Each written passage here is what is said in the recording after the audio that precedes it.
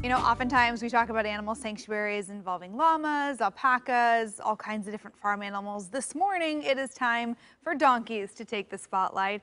In today's Kohr Explores, we're learning more about a local farm dedicating more than a decade to rescuing neglected and abused donkeys. Kohr Harlan joins us this morning in Oregon City with more on the Donkey Sanctuary's mission. Hey, Kohr. Hey, Emily, good morning here with all the donkeys out here in front of the Oregon Donkey Sanctuary. It's daylight. Everybody is, as you can see, a little bit ready for breakfast, including this guy right here. Yeah. All right, Captain Jim Urquhart is with us here. Him and his wife, Rhonda, run the Oregon Donkey Sanctuary. And again, we're out here in kind of the Beaver Creek area. It's a sanctuary that takes neglected and abused donkeys from around Oregon, Southwest Washington, probably even beyond, and kind of have a place for them here to chill, right? Yeah, we work with other rescues. We network with a lot of rescues to find homes for donkeys that are in need of a home. The guys that we have here are all on sanctuary because we're hoping to eventually migrate this into more of a therapy facility using a lot of these guys. A lot of them have different backgrounds, but they all turned out to be super friendly. I think Toby's going to try and get his nose in the camera. These donkeys are, I'm just struck by how intelligent and how smart they are, how alert they are to what's going on around them. Some of them, and they are really people friendly. They right? really are. They, again, especially since some of them have come from less than stellar lives, they do learn to forgive.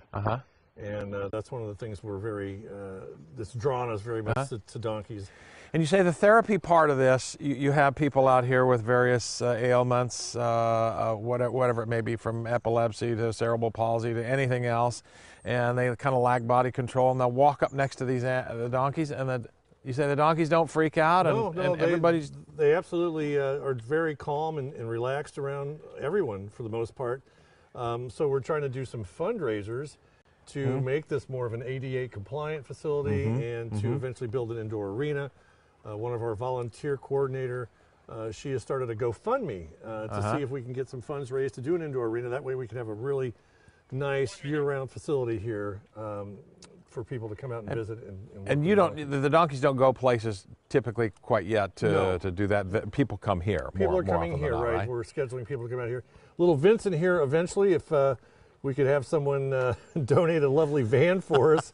We'd love to take him around to some of the facilities, hospitals and nursing homes, because he's a really cool little guy. He is very cool. And they're all sorts of big sizes, right? They're different sizes? This is a mini, so this is as large as he's 28 years old. Wow. So a miniature donkey goes up to 36 inches, and then from 36 to 54 is a standard. And then they also have mammoth donkeys, which we don't have any of those here right now. Well, these guys are all affectionate. They have been kind of nuzzling up against us like house pets, and they're not bashful about getting scratched in the hind end or begging for food, right? Yeah, and Jojo, he's a little bit of a window licker here. He likes to, he's a licker. He's a funny little guy. But his guy was another example. He was used for roping when he was young, and it was very traumatizing and physically and emotionally for him.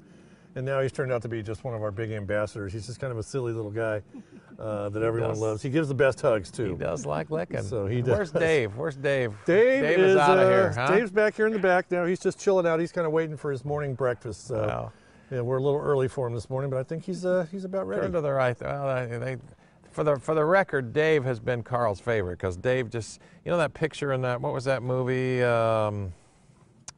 Or the guy standing in the corner of the basement at the end of the movie, staring into the corner. What was the name of that movie? That I don't know. Scary movie. I can't remember. Blair Witch? Blair Witch, right. At the end of the movie, the guy standing there in the corner. Well, that's what Dave looks like when he's standing next to Carl. He's just standing there. He doesn't even move. He just stares, and he stays right with Carl. It's awesome.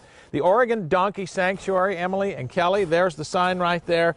There's all the donkeys right out there. They're getting better lives. They've come from maybe not such perfect lives, but they're getting better lives. And you know what? There's something about the outside of a donkey, as Ronald Reagan used to say, that's good for the inside of a person. I'm not much of a Ronald Reagan quoter, but there it is right there. And that's really true with these guys, because they're just sweet as peaches out here, and they are really good for people, too. Oh, that's great. Thanks, Kohr. So for the record, Dave the donkey, not possessed like any scary that's what Kohr was referring to.